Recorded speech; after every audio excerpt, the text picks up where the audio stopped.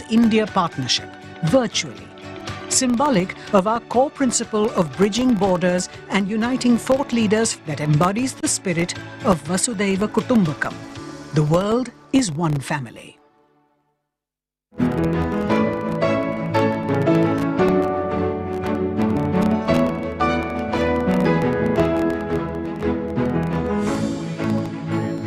Meeting.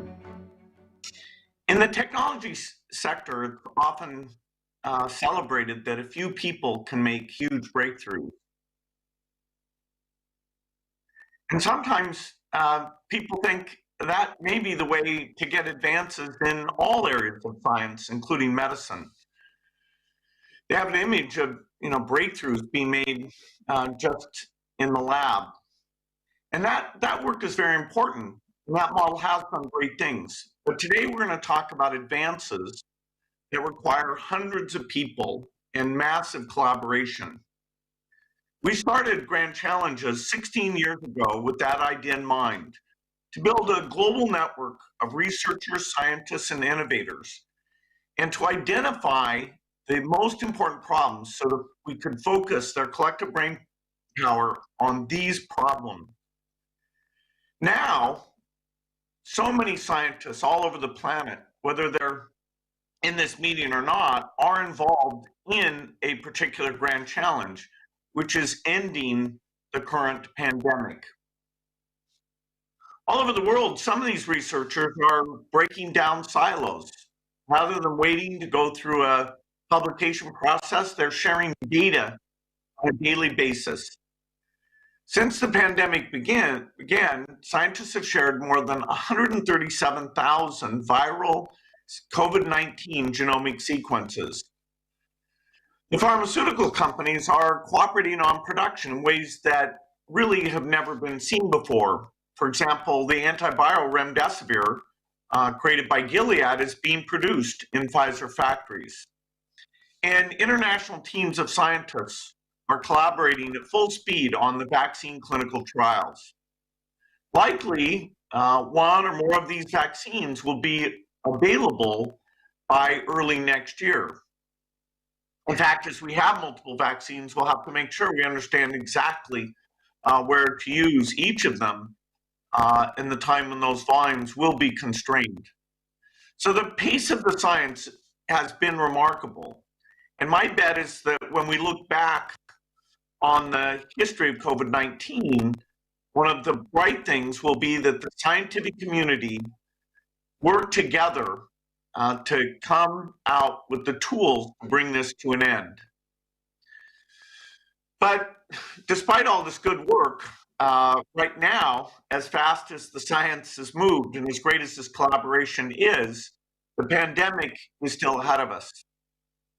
The first COVID-19 vaccine will probably be the fastest that humans have ever gone from identifying a new disease to being able to immunize against it. Still, we all know this virus has managed to plunge the entire global economy into a deep recession. In fact, almost every kill over 1 million people. As we hopefully enter the final chapter of this pandemic, we have to start asking, how can we do better before the next one? Where can we push the frontiers of science so that the next time a novel pathogen appears, it doesn't create a tragedy of historic proportions? The good news here is that COVID-19 has been an instructive adversary. It's pointing us to many areas where we need better R&D, and I want to identify 3 of those. The first is vaccine platforms that can let us develop vaccines many months faster than traditional methods. Imagine how this pandemic would have been if we'd had a COVID-19 vaccine by the summer of 2020. Since the outbreak of the virus, researchers have made huge strides in advancing some new platforms, but they still face time delays and barriers to scale and cost. First, let me take RNA vaccine. This is an area that I know many on the call, including the foundation, have seen great promise in and have been backing for many years. For the first time, they're being reduced to practice during this pandemic. Probably the first approved vaccines for COVID-19 will be mRNA, and yet we can't count on them alone because they're very hard to scale that manufacturing, and they have a logistical problem because they require an ultra cold chain. Scaling these for the world would mean having hundreds of millions of doses in liquid nitrogen and keeping them at that negative 80 degrees Celsius as they're carried from planes out to get delivered in the world. I'm hopeful that as the mRNA platform matures in the years ahead, we'll solve both the scaling problems, which will bring the cost down, and will make this cold chain requirement unnecessary. The Grand Challenges program has been looking at ways to make vaccines more thermally stable since the very beginning in 2003. And by taking advantage of that research and some new ideas, I think we'll be able to develop mRNA vaccines that don't require that ultra cold chain. Another promising area for rapid vaccine development is structured guided immunogen design. Here we have a different problem. We can design proteins with atomic level accuracy, and that gets us very quickly towards a subunit vaccine. But the subunit vaccines almost always require an adjuvant to induce the desired immune response. And this has become a major barrier, a barrier in cost and scale as well. We have very few approved adjuvants in the world, and not enough to make the billions of doses we need to stop this pandemic. Partly that's because the ingredients in the current adjuvants are so rare. Going forward, we need a way to make even more powerful adjuvants that don't require someone going to the high Andes to harvest the bark of a particular tree, or shark fishing. Right now we use shark oil to make the adjuvants like squalene. Chemically synthesized adjuvants, ones that we can make without these restricted raw natural resources, need to be a solution here. We also need to develop small molecule adjuvants that act through different pathways of innate immune activation. These will offer a broad range of options for driving the type and duration of immune response, which we really need for the difficult vaccine challenges that we've been working on for a long time, specifically HIV, tuberculosis, and malaria. So more risk is required to advance new adjuvants, and I do think we can make huge progress on this in the next 5 years. The second area that's very important is monoclonal antibodies. This is an area where we also need more research.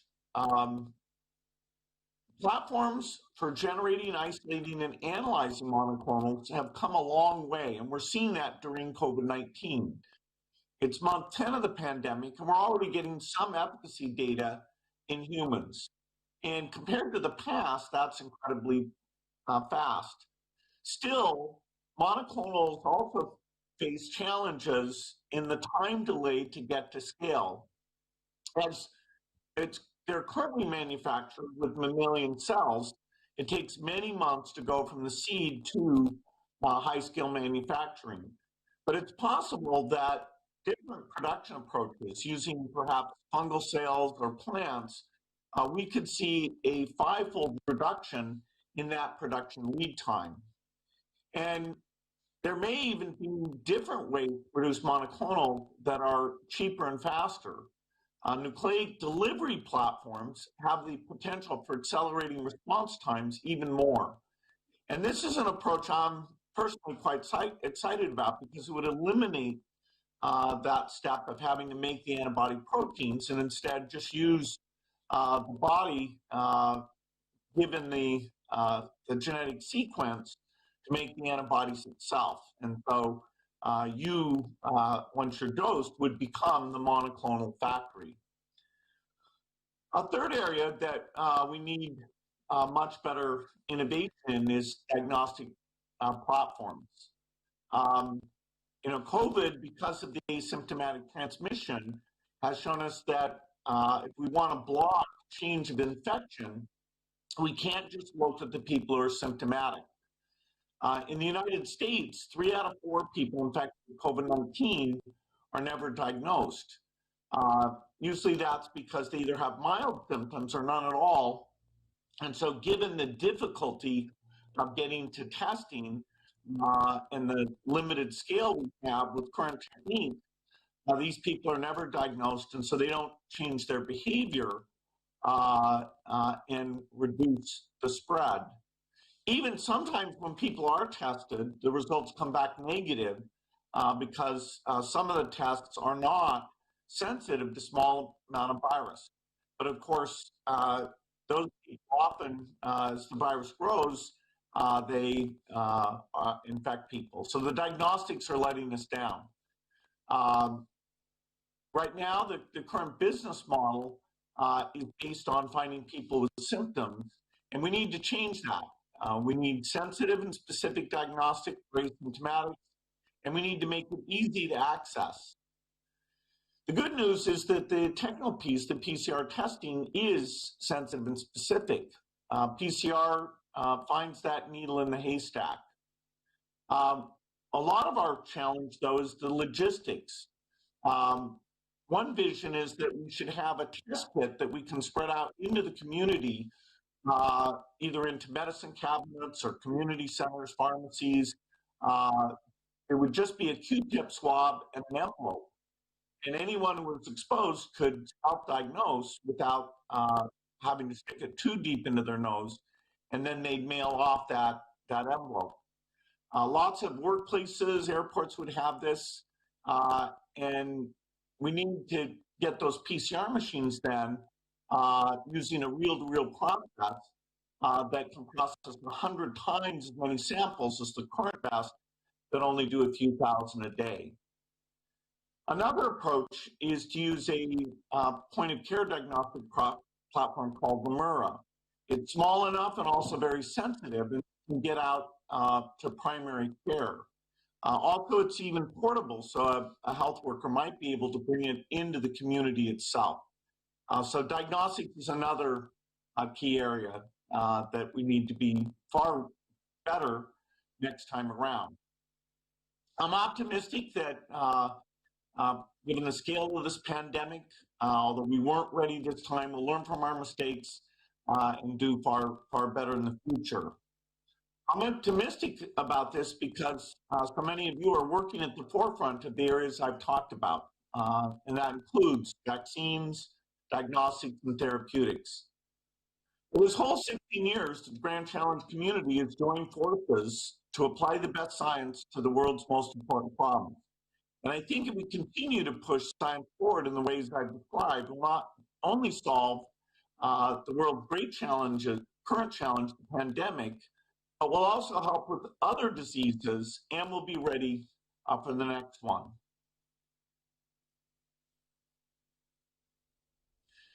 With that, let me go ahead and now introduce our keynote speaker. Before COVID, of course, we'd planned for this meeting to take place in India.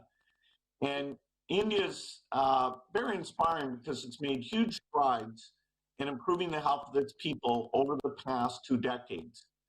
And now, India's research and manufacturing capacity will be critical to fighting COVID-19, especially when it comes to making vaccines at large scale. To speak more about the country's role in advancing health R&D, I'm pleased to introduce Prime Minister Modi. Welcome to Grand Challenges, Prime Minister. Our foundation is grateful to partner with your government to improve public health in India and around the world. We look forward to what you have to say.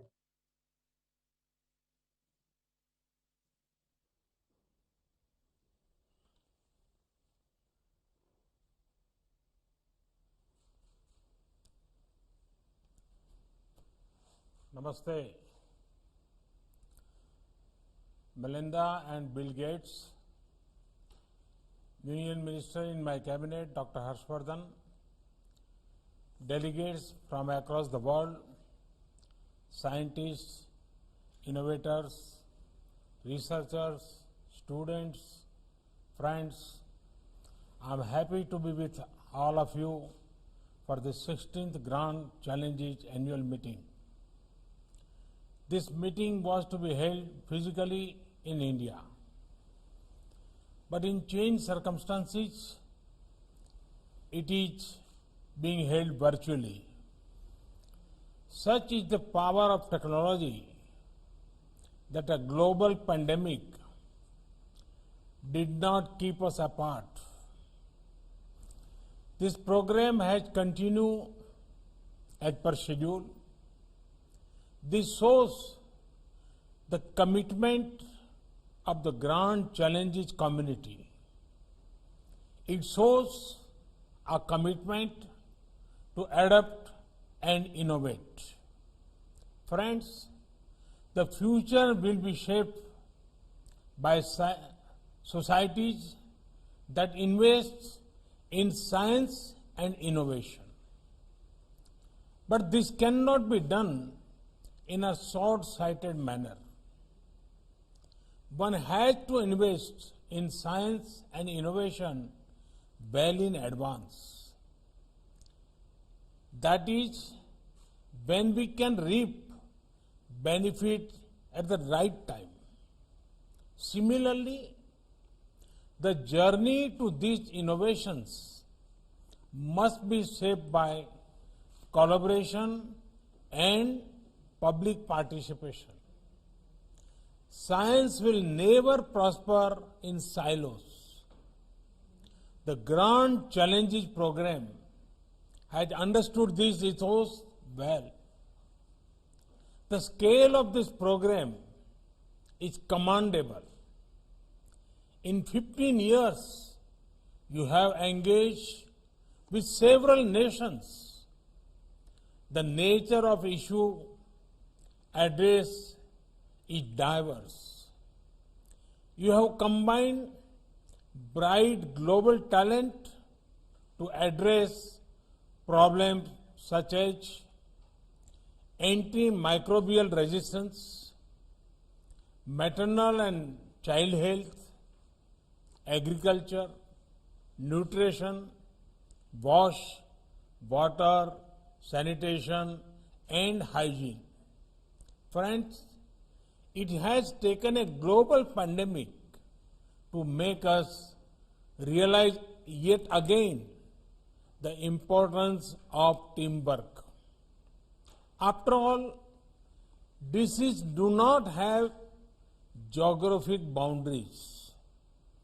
Diseases do not discriminate on the grounds of faith, race, gender, or color.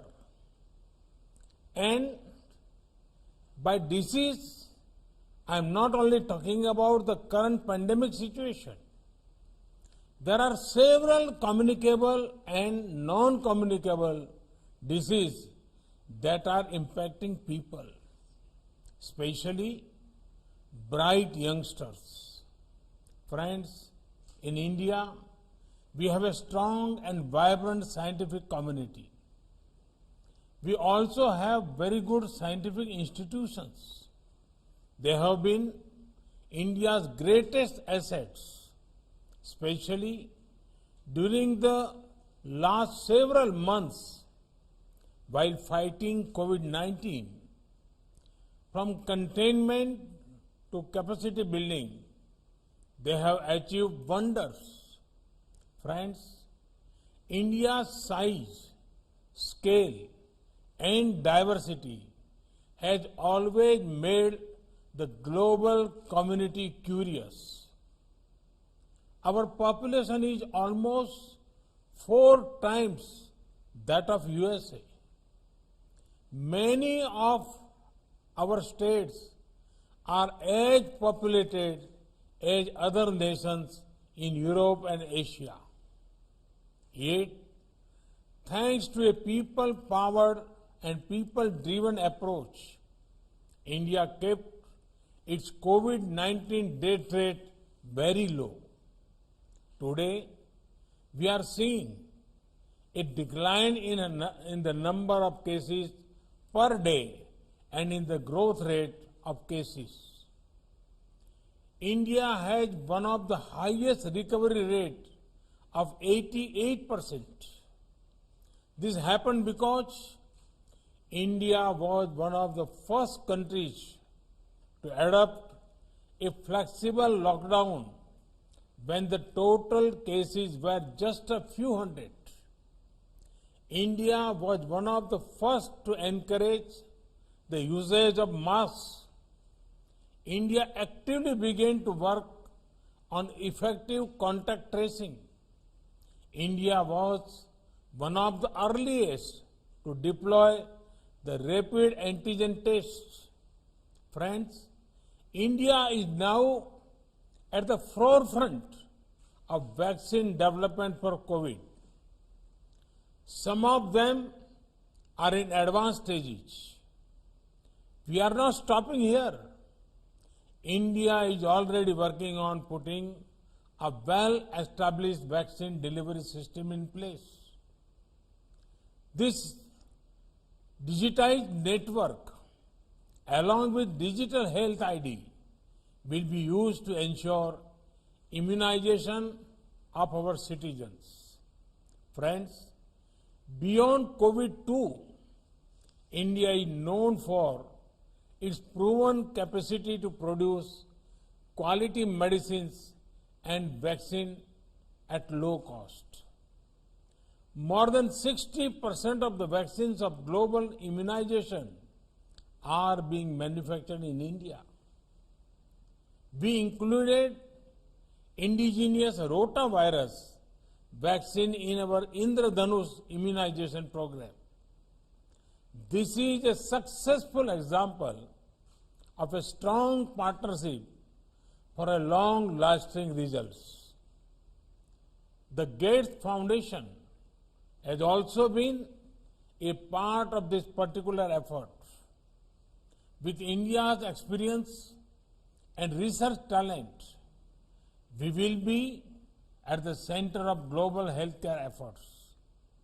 We want to help other nations enhance their capacities in these sectors. Friends, in the last 6 years, we have made many interventions which are contributing to a better healthcare system. Take a subject such as sanitation, improved cleanliness, more toilet coverage. Who does this help the most? It helps the poor and underprivileged. It leads to a fall in disease. It also helps women the most. Friends, now we are ensuring that each household gets piped drinking water. This will further ensure disease reduction. We are setting up more medical colleges, especially in rural areas. This ensures more opportunities for the youth. It brings better healthcare to our villages. We are running the world's largest health insurance scheme and ensuring access to everyone. Friends, may we keep using our collaborative spirit for individual empowerment and collective well-being. The Gates Foundation and several other organizations are doing wonderful work. I wish you all fruitful and productive discussions over the next 3 days. I hope to see many exciting and encouraging new solutions coming out from this grand challenging platform. May these efforts further a human-centric approach to development. May they also give our youth the opportunities to be thought leaders for a brighter future. Once again, I thank the organizers for inviting me. Thank you. Thank you very much.